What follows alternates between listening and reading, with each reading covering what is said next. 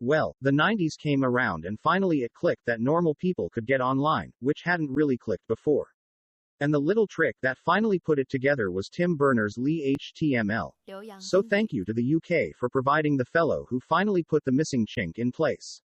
And then what happened in the 90s was this extraordinary outpouring of creativity and constructiveness from millions and millions of people. There were millions of people making web pages, creating content online, creating social experiments, creating lessons, all sorts of things.